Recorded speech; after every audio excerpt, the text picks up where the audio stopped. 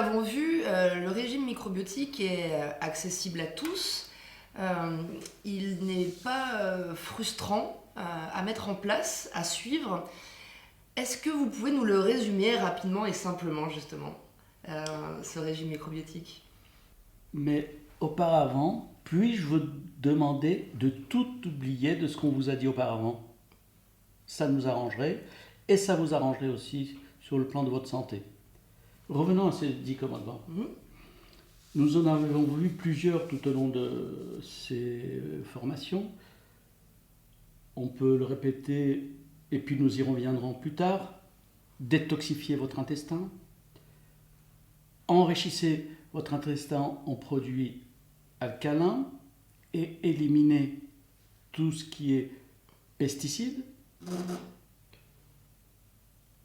Enrichissez votre intestin avec le maximum d'épices et tout à l'heure vous aurez un complément d'information sur les épices.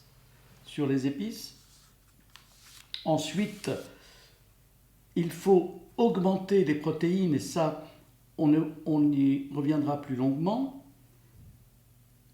Surtout, oubliez ce qu'on vous a dit sur les calories. Ne comptez surtout pas les calories. C'est une notion complètement dépassée. Et oubliez le fait que 260 calories de viande grasse, c'est la même chose que 260 calories de viande de poisson ou de saumon. Oubliez ça aussi. Ce qui revient à dire que, et là c'est le neuvième commandement, que si vous mangez du gras de poisson par exemple, c'est du bon gras.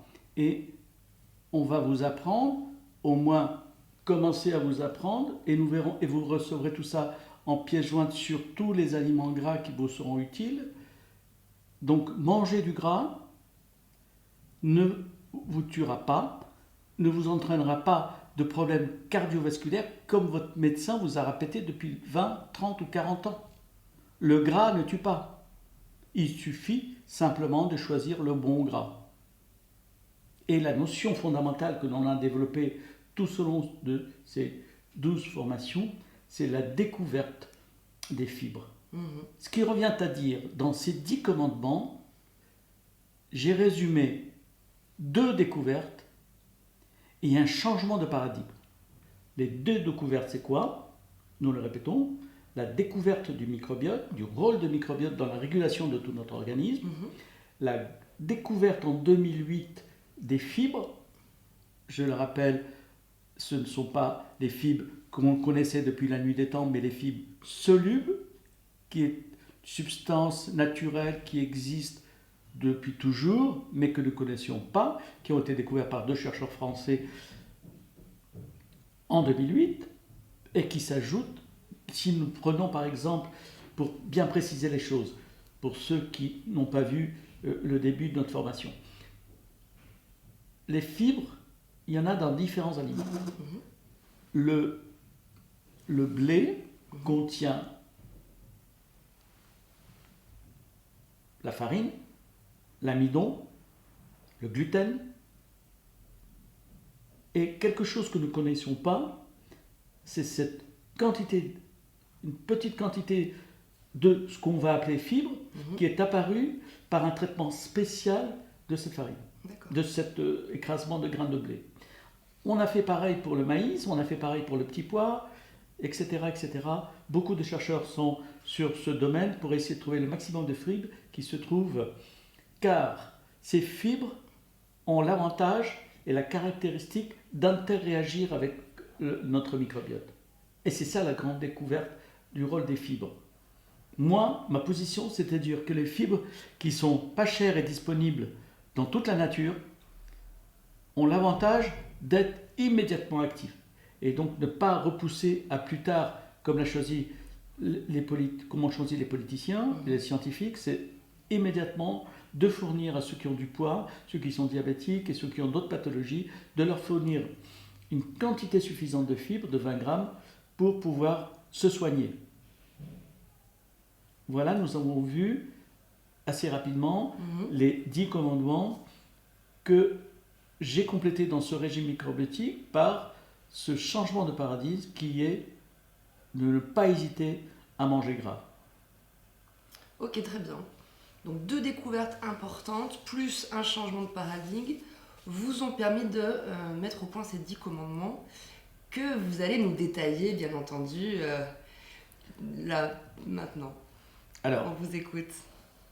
nous venons d'aborder dans le précédent et dans celui d'avant les produits toxiques, les aliments acides. Imaginez-vous, revenez à ce schéma que je vous expliquais au cours d'un des précédents modules. La muqueuse intestinale possède 4 barrières. Ces 4 barrières que la nature nous a données, que Dieu nous a données, ce que vous voulez, mais qui est là en nous, ces 4 barrières sont notre protection. Si ces 4 barrières sont plus ou moins endommagées, l'urgence est de les réparer. Tous les jours, il faut les réparer, entretenir. Si vous avez une voiture, si vous avez un appartement, il faut entretenir. Si vous n'entretenez pas, tout se dégrade plus vite que de normal.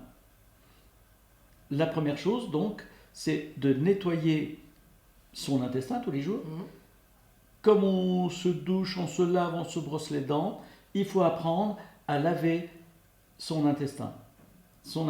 L'intestin qui est envahi durant toute la nuit par une masse de produits de dégradation de l'organisme, et cette dégradation de l'organisme entraîne un produit toxique qui va se coller sur toute la muqueuse, toute la membrane digestive, ce qui fait que par exemple le matin vous avez la langue pâteuse et qu'il faut éliminer. Vous ne pouvez pas aller travailler avec une langue pâteuse, il faut faire quelque chose. Et ça, si c'est valable pour la langue, c'est valable aussi pour l'intestin. Mais hélas, on ne voit pas d'intestin.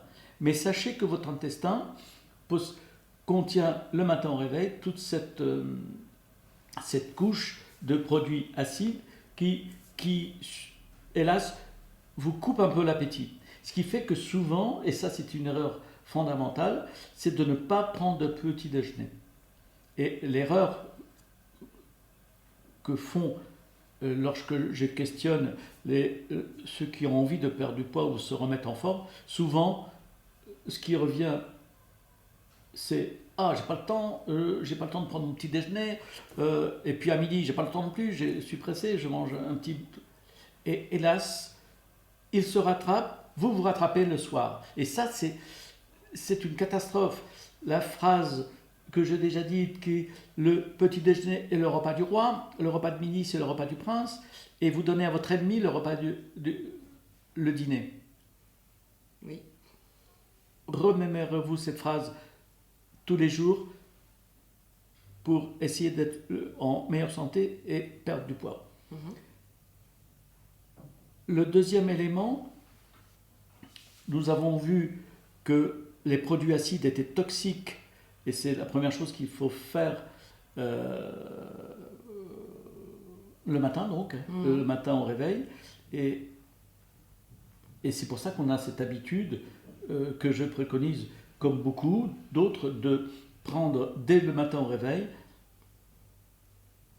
non pas le café, qui peut être un stimulant, mais qui est aussi un produit très acide, je vous le rappelle, avec le petit croissant du matin, rien de plus acide que ça, et vous prenez votre jus de citron qui va neutraliser cette acidité de l'estomac et de l'intestin. Alors, on nous l'a dit, je l'ai déjà dit, c'est vrai que le jus de citron est très acide au niveau de la langue, mais l'acidité disparaît au niveau de l'estomac et au niveau de l'intestin, on se retrouve avec le meilleur produit alcalin qui existe.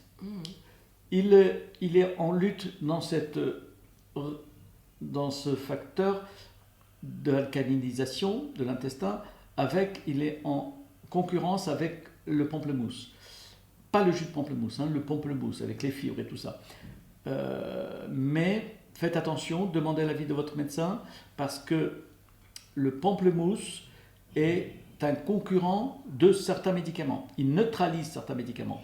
Donc soyez vigilants Sur les documents que vous allez recevoir, la liste des médicaments y est. Je vous rappelle aussi que sur le livre que j'ai édité chez EcoSanté, vous avez la liste de tous les produits qui rentrent en concurrence avec le pamplemousse. Et surtout, l'évothyrox que prennent les femmes en hypothyroïdie. Puisque l'hypothyroïdie est assez fréquente, c'est une des maladies, nous l'avons vu lors des maladies inflammatoires, la thyroïdite d'Hashimoto est assez fréquente, mais en plus de la maladie d'Hashimoto, il y a énormément d'inflammation de la thyroïde et de baisse de la thyroïde, ce qu'on appelle les hypothyroïdies. Et donc soyez très vigilants. Et il y a aussi d'autres médicaments qui rentrent en concurrence avec le pamplemousse. Je vous donne le plus connu, mais il y a aussi des produits pour le cœur, etc. Donc soyez vigilants pour le pamplemousse. Par contre, le citron, vous pouvez y aller. Ce que je conseille par exemple le matin, c'est de préparer, et là vous avez sur le site différentes présentations du fameux jus de citron. J'appelle ça smoothie, mais ce n'est pas tout à fait des smoothies. C'est de vous préparer pour la journée un jus de citron, et que ce citron, vous ne le jetez pas. Vous le découpez en petites lames et vous le mettez dans cette bouteille que vous avez devant vous. Et ça doit être la base de votre boisson pour la journée. Et si vous voulez, vous pouvez l'agrémenter de différentes façons. Vous pouvez mettre du gingembre, vous pouvez mettre des feuilles de menthe, vous pouvez mettre des myrtilles. Et chaque produit que vous allez ajouter, ou des fraises ou autre chose, les nutriments vont se dissoudre dans cette bouteille d'eau. Cette eau va s'enrichir de tous ces produits que vous allez y mettre, et vous allez ingérer ça tout au long de la journée. En étant un petit peu économe, nous n'allons pas jeter le dépôt qui va rester en fin de journée. Ce que je vous conseille, c'est lui de le mettre en smoothie et de l'avaler en fin de journée avec peut-être une dose supplémentaire de fibres, et là vous aurez un maximum d'efficacité de ce jus de citron que vous allez utiliser tout au long de la journée.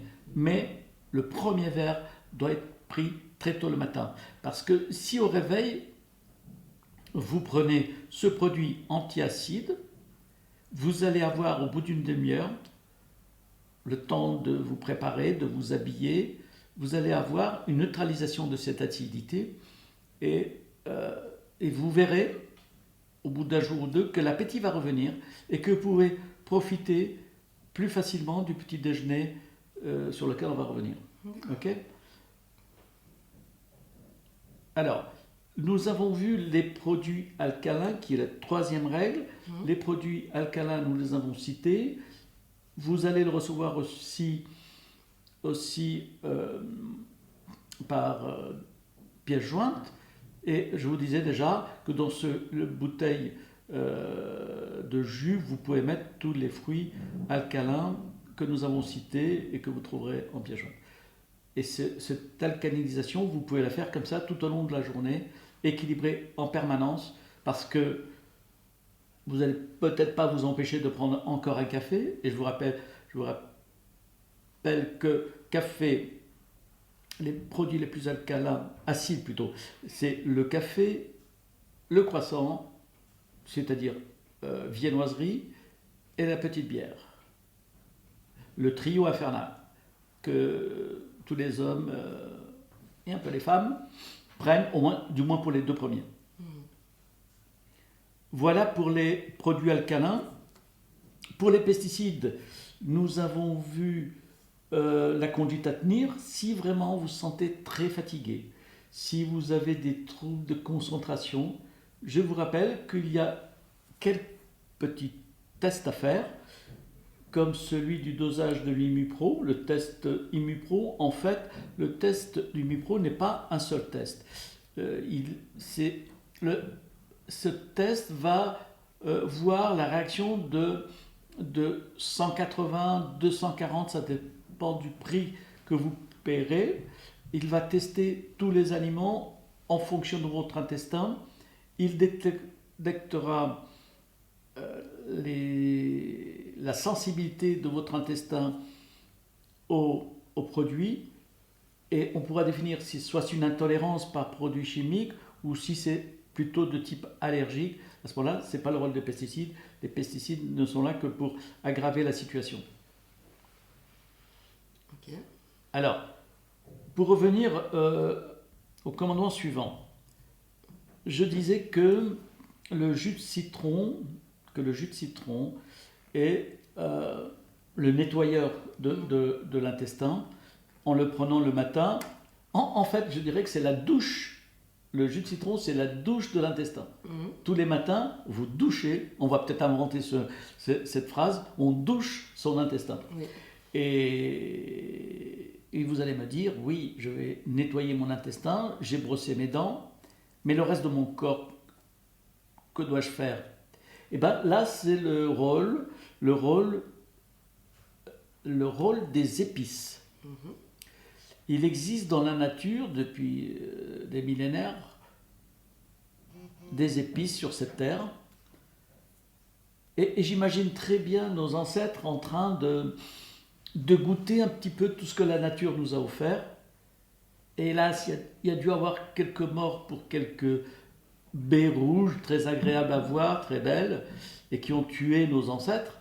Et je suis sûr que les hommes, à cette époque, ont fait une sélection des fruits que la nature nous offrait. Et donc, nos ancêtres ont sélectionné comme ça tout ce qui était bon et éliminé tout ce qui était toxique et dangereux pour l'homme. Ce qui fait que nous nous retrouvons actuellement avec un ensemble de fruits et légumes, mais aussi un ensemble d'épices que nos ancêtres ont su accommoder, préparer pour agrémenter leur nourriture. Mais en fait, ce n'est pas simplement un agrément. Si nos ancêtres les ont choisis, les ont sauvegardés pendant des centaines et des centaines d'années, c'était certainement pour leur effet bénéfique. Et si dans certains pays, vous allez voir le développement de la choucroute, certains pays nord-africains, le développement de ce qu'on appelle l'harissa, c'est que nos ancêtres, en fonction des pays, trouvaient que ce produit apportait quelque chose. L'ère moderne a bouleversé tout ça, mais chaque peuple, chaque peuplade, chaque pays, chaque coin de terre, les habitants de ces coins essayaient de trouver l'aliment qui était à leur disposition, et ils ont essayé de choisir le repas qui leur convenait le mieux. En Crète, nous connaissons l'huile d'olive, les olives, tomates, concombres, parce que ça pousse facilement, et ils ont sélectionné les choses qui leur faisaient le plus de bien. Si vous voulez, pour développer cette notion de bouleversement qu'il y a eu avec l'ère moderne et le développement des techniques de masse et de ce que la culture industrielle nous a imposé, je prendrai par exemple puisque je viens de parler de l'harissa, je vais le compléter par le couscous. Le couscous est l'équilibre parfait d'un repas diététique. Le couscous, mais il a été galvaudé, détruit, et la pyramide, je le fais avec mes doigts, donc où la viande ne reposait que sur la pointe de la pyramide. Mais ce que nous faisons souvent, par signe de richesse, nous avons inversé cette pyramide, et on se retrouve une masse de protéines animales et très peu de légumes ou de graines. Et donc, il faut essayer d'apprendre de nos ancêtres et revenir à ce que faisait ma grand-mère, d'ajouter par exemple, puisque nous avons évoqué le chapitre de l'acidité, c'est au cas où vous aurez choisi un produit acide, que vous retrouverez, je le répète, dans nos textes et les pièces que vous allez recevoir chez vous. Si vous êtes tenté par quelque chose d'acide, n'hésitez pas à ce moment-là à ajouter un peu de bicarbonate, qui était un geste automatique chez ma grand-mère. Alors, revenons aux épices, puisque je me suis un petit peu éparpillé. Les épices. Les épices, pour moi, ce sont les nettoyeurs des cellules. Le jus de citron, on a dit que c'était la douche de l'intestin, et les épices sont les stimulateurs de chacune de nos cellules. Mais en fonction de l'épice lui-même, il y a une zone qui est plus atteinte que d'autres. Le gingembre, je le conseille souvent, puisque je le mets souvent dans notre solution alcaline. Le gingembre est même prescrit par les médecins, par les obstétriciens, pour calmer le tube digestif. Il est un très bon calmant des nausées, de la faim. D'accord. Le curcuma a une orientation plutôt articulaire, inflammatoire. Les clous de girofle ont leur action. Les dentistes l'utilisent beaucoup comme anti-inflammatoire, mais il a aussi d'autres actions. Le thym pour la mémoire, l'ail nous l'avons cité dans un précédent module, il a une action au niveau cardiovasculaire et agit sur la tension. Vous voyez que chacun améliore une partie de notre corps. Et je pense que nos ancêtres, nous pouvons les remercier ici, je crois, nous ont sélectionné ce qu'il y avait de mieux dans la nature. Hélas, il y a eu de trafic, et puisque en Europe, il y a très peu d'épices, et que l'épice vient de l'Extrême-Orient, mais sachant en profiter, sachant les sélectionner en fonction de ce que l'on veut traiter. Si on a de l'hypertension, prenons plutôt de l'ail. Si on a du thym, si on a des troubles de mémoire, etc., vous trouverez la diversification sur nos pièces jointes que vous allez recevoir. Sachez choisir donc votre épice en fonction de ce que vous désirez faire.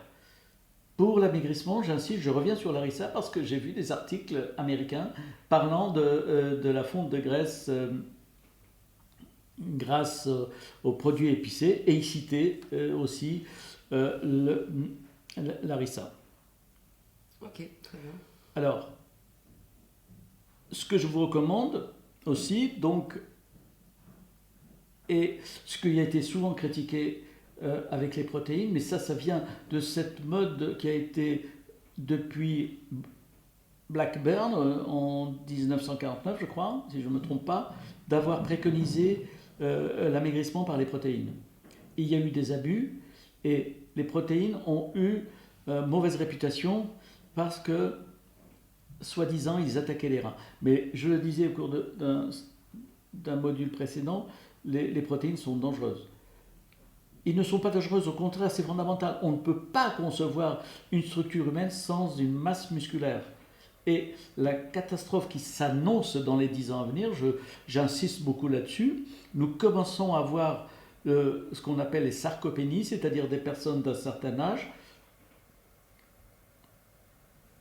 Les gynécologues et les médecins généralistes s'intéressent souvent à l'ostéopénie, c'est-à-dire à la décalcification de l'os, mais l'os, pour tenir, a besoin de muscles. Sans muscles, l'os ne tient pas. Donc il est inconcevable de fortifier uniquement le rachis et de ne pas faire attention à cette masse musculaire. Et ce problème de sarcopénie ne fait que commencer, à moins qu'il y a machine arrière et que vous ressaisissiez. Les protéines sont fondamentales. Je vous avais cité au cours d'un module précédent les pourcentages qu'il faut respecter, et les protéines, c'est fondamental. Et souvent, on me dit « Docteur, je veux maigrir », mais on s'aperçoit que la masse musculaire a complètement fondu, remplacée par une masse graisseuse. Et la première chose à faire, c'est de se renforcer en protéines. Je vous rappelle, les règles du dosage de la protéine, il est de 1 gramme pour stabiliser, et lorsqu'on a perdu trop de muscle, de prendre 1,5 g par kilo de poids. C'est-à-dire que si vous pesez 60 kg et que vous êtes enrobé, n'hésitez pas à prendre 1,5 kg multiplié par 60. Okay, ce qui vous fait 90 grammes. Et je le dis aussi que 100 grammes, ne vous fiez pas au poids de viande que vous achetez, au kilo de poulet que vous achetez. 100 grammes de poulet ne contiennent que 20 grammes de protéines. Donc, j'ai souvent fait le test, entre un petit déjeuner qui est juste une petite tartine et un café, à midi 2 tartines avec de la salade et une lamelle de charcuterie, ça ne correspond pas. Même si vous prenez 100 grammes de viande le soir, vous n'atteindrez jamais les 90 grammes de protéines nécessaires pour la journée. Et ainsi, tout au long des jours, vous allez transformer votre masse musculaire en masse graisseuse. Voilà pour les protéines. Je n'insisterai pas plus sur les édulcorants, car actuellement c'est simple. Le meilleur étant le stevia. Faites attention aux escroqueries. Faites attention, ça me fait penser à une autre escroquerie qui est dans les protéines. On a eu ici en Europe l'achat de viande de bœuf, mais aussi au Moyen-Orient, l'achat de bœuf et qui est en fait que du cheval. Je n'ai rien contre le cheval, contre la viande de cheval, c'est la viande la plus maigre, mais il y a eu escroquerie en la matière, donc soyez vigilants sur la traçabilité de protéines que vous achetez. Par contre, pour les édulcorants, c'est pareil. Pour le stevia, vu les bénéfices que peuvent obtenir certaines zones en Asie, le stevia est cultivé de façon un petit peu anarchique, avec tous les pesticides pour avoir un rendement maximum, et on se retrouve avec du stevia contaminé. Donc, surveillez la qualité de votre stevia. Le problème du stevia, vous le savez peut-être, mais c'est le goût. Moi, je n'aime pas trop le goût. Alors, il y a eu des modifications pour dénaturer le goût, mais il faudrait vérifier si cette dénaturation n'est pas au détriment de la qualité du produit. Ensuite, vous avez des produits qu'on a du mal à trouver, qui est le maltitol, par exemple, un très bon produit, mais qui est difficile à obtenir. Sinon, le produit le plus fréquent que l'on retrouve dans les rayons, c'est le sucralose. Vous avez du sucralose qui n'est pas la panacée, mais qui est quand même en troisième ordre et facilement trouvable sur les rayons des supermarchés. Revenons au scandale qui est apparu ces dernières années. On a trouvé des documents falsifiés aux États-Unis qui ont falsifié les données pour que nous puissions manger plus de céréales d'origine américaine, manger donc plus de sucre d'origine américaine parce qu'il y avait des surplus. Et donc, les recommandations de l'époque préconisaient beaucoup plus de sucre et de céréales et de cornflakes qui allaient jusqu'à des dosages de 55 à 60. Ce qui fait qu'il y a eu cette explosion, avec l'apparition aussi des McDonald's, cette explosion d'obésité aux États-Unis, qui est fait par ce principe d'enrichir en glucides. Et la deuxième conséquence, qui est aussi l'autre scandale qui a été découvert ces dernières années, c'est que pour équilibrer, si nous mettons 55% de glucides ou 60% de glucides, il fallait diminuer quelque chose, puisque 100%, ce n'est toujours que 100%. Donc, l'orientation était de préconiser de baisser les matières grasses. D'autant plus que les États-Unis fournissaient les premiers produits qui diminuaient le cholestérol. Et donc là, nous avons deux problèmes qui sont en train de se résoudre par ce bouleversement de la nutrition. Nous sommes encore en retard ici en France. Le principe de précaution veut que nous refassions toutes les études. La première étude qui a montré qu'il fallait prendre moins de cholestérol, c'était l'étude de Framingham. Alors les Français disaient, on va recommencer tout à zéro, et donc on verra dans 10 ans s'il fallait manger plus de matières grasses. Je dis 10 ans, mais c'est sous le creux de la colère. Mais attendre encore 10 ans pour se soigner, plus les 10 ans pour les fibres, je vous laisse prendre vos décisions vous-même. Il y a une modification de la prise en charge, de la prise de matières grasses, et il faut augmenter vos quantités de matières grasses. Prenons l'exemple du ventre. Si certains d'entre vous veulent perdre leur ventre, le ventre qu'ils ont pris parce qu'ils ont mangé trop de sucre que nous avaient conseillé les Américains, et qu'il faut revenir en arrière, donc pour perdre ce ventre, il faut augmenter la masse la masse graisseuse, la masse de gras à avaler par jour, et diminuer par contre cette quantité de sucre qui vous a été préconisée auparavant. Et par exemple, ce qui me vient en tête, mais vous retrouvez la liste sur les pièces jointes que vous allez recevoir, vous avez les œufs, vous avez les amandes. Ce que je vous conseillerais, c'est d'avoir une dizaine d'amandes dans votre poche pour pouvoir en grignoter tout au long de la journée. Ça vous calera bien. Ensuite, nous avons toutes sortes de graines. Et mon petit déjeuner, par exemple, je peux vous le donner aujourd'hui, ça a été le yaourt. Pour les puristes, vous pouvez prendre des yaourts de brebis ou de chèvre et que vous enrichissez avec tous ces produits gras qui sont les graines de lin, les graines de tournesol, qui sont les bons gras qui vont vous faire perdre votre ventre. Les puristes aussi utilisent cette forme sous forme d'huile. L'huile de lin est très courue par les puristes qui veulent absolument reprendre les bons oméga 3 et qui complètent l'huile d'olive qui était reine dans son domaine et qui vient aussi être concurrencée par l'huile de coco. L'huile de coco, je crois vous l'avoir dit au cours d'un précédent module, l'huile de coco devient le produit thérapeutique majeur dans les problèmes d'autisme.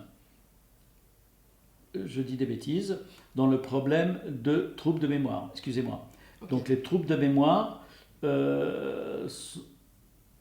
au niveau de l'hôpital Pitié-Salpêtrière, l'huile de coco est conseillée systématiquement dans les troubles de concentration et dans la maladie d'Alzheimer.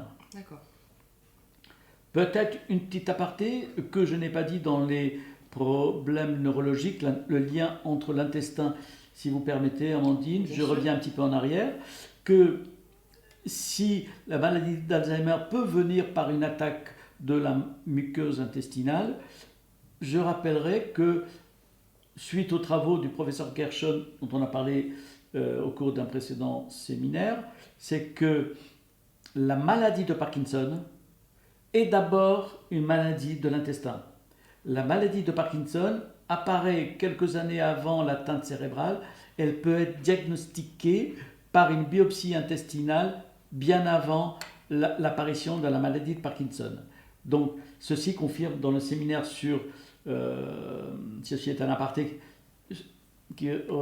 pour revenir un petit peu sur les liens entre cerveau et intestin. Ça me paraissait important de vous le signaler, en plus de la maladie d'Alzheimer.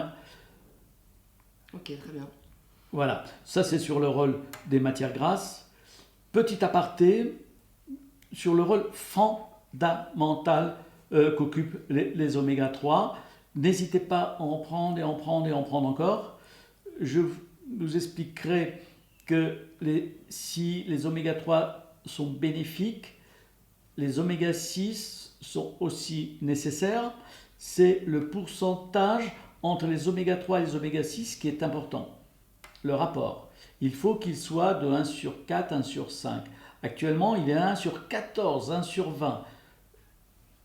L'alimentation actuelle, si vous suivez vos mauvaises habitudes, vous garderez une alimentation riche en oméga 6 et en oméga 9, ce qui fait que vous aurez une carence énorme en oméga 3.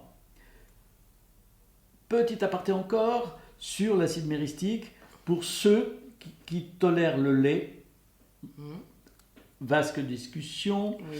Je vais me faire taper dessus.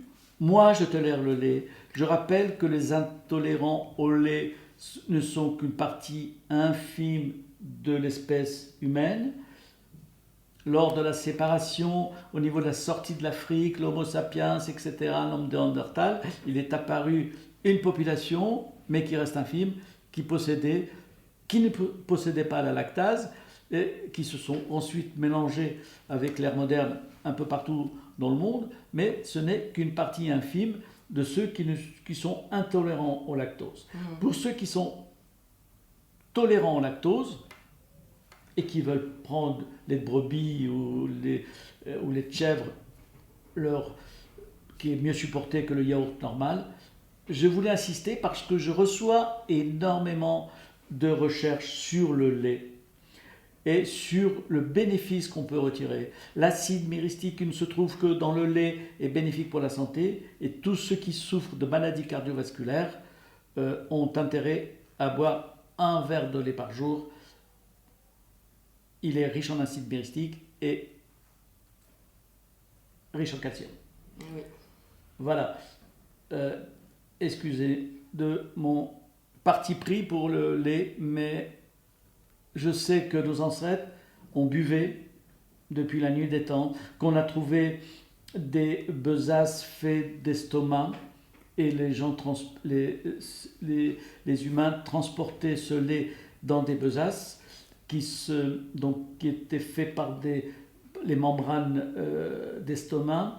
Qui dit membrane d'estomac dit lait caillé, et on a trouvé tout au long de Moyen-Orient et Europe des besaces remplies de lait caillé, ce qui permet de dire que nos ancêtres l'ont sélectionné. Et je considère que s'ils l'ont sélectionné, c'est qu'ils le toléraient. En dehors, je le répète, des intolérants et qui n'ont pas de lactose. Ok. Nous terminons, et là je crois qu'on va clore ce séminaire, par la grande découverte des fibres. Je suis, disons, fier de vous présenter les fibres parce que je sais que peu de gens le présentent, que les États-Unis recommencent à prescrire des fibres. Hélas pour eux, c'est de la fibre de chicorée et qu'il est très mal toléré. Mais nous, en Europe, nous avons la chance d'avoir des fibres tirées de plusieurs autres aliments. Et je vous avais montré hier, au cours d'un précédent séminaire, les fibres d'acacia, les fibres de petits pois, les fibres de blé, fibres de maïs. Donc nous avons le choix. Et pour moi, c'est la grande découverte de ces 10 dernières années qui va permettre de changer le métabolisme de notre intestin. Et je ne compte pas trop sur les découvertes des bactéries qui vont avoir telle ou telle action. Je pense que je ne serai plus de ce monde lorsque les grandes découvertes vont nous aider à traiter nos maladies par telle ou telle bactérie. Juste une petite aparté sur les bactéries probiotiques que j'ai citées pour traiter l'anxiété, mais il n'y a pas de retour extraordinaire de ces personnes, surtout étudiantes, qui ont utilisé ça pour leur stress. Si vraiment ils étaient aussi calmés qu'un Lexomil, on l'aurait su, et donc la prescription de probiotiques reste encore restreinte. Certains vont recevoir des publicités comme la bactérie Gasseri qui aurait un effet sur l'appétit. Vous pourrez l'essayer. Je ne pense pas que les effets seront aussi probants que de prendre 20 grammes de fibres Zenfit que nous préconisons ici chez EcoSanté. Et ce que je peux vous conseiller, ce que vous devez faire, je pense, dès la fin de cette vidéo, c'est de vous fournir le livre que j'ai écrit, le guide que j'ai appelé Carnet, qui est assez tonique, qui vous permet de vous surveiller, de vous entretenir. Il faudra jouer sérieux. Je vous demande dans ce cahier, dans ce carnet, de coller vos images avant et après, comme a fait Madame Sirajou. Nous, ça nous fait plaisir de voir avant et après, mais vous aussi, vous allez mentalement vous dynamiser et voir le résultat des efforts que vous avez fait, que vous continuerez à faire pour pouvoir enfiler ce petit jean qui vous fait tant plaisir. Et vous pouvez aussi commander les oméga 3, j'allais les oublier, et la chlorelle qui sera de qualité supérieure puisqu'elle est élevée en milieu stérile. C'est assez difficile de s'en procurer. J'espère que nous pourrons satisfaire tout à chacun, mais n'hésitez pas à cliquer rapidement pour pouvoir les acheter sur le site EcoSanté. Je vous remercie de votre écoute et je vous donne rendez-vous dans les petits bonus que nous allons faire dans les vidéos suivantes qui me permettront d'aborder quelques petits détails que nous avons mis de côté pour vous, qui vous feront, je pense, réfléchir et vous satisfaire.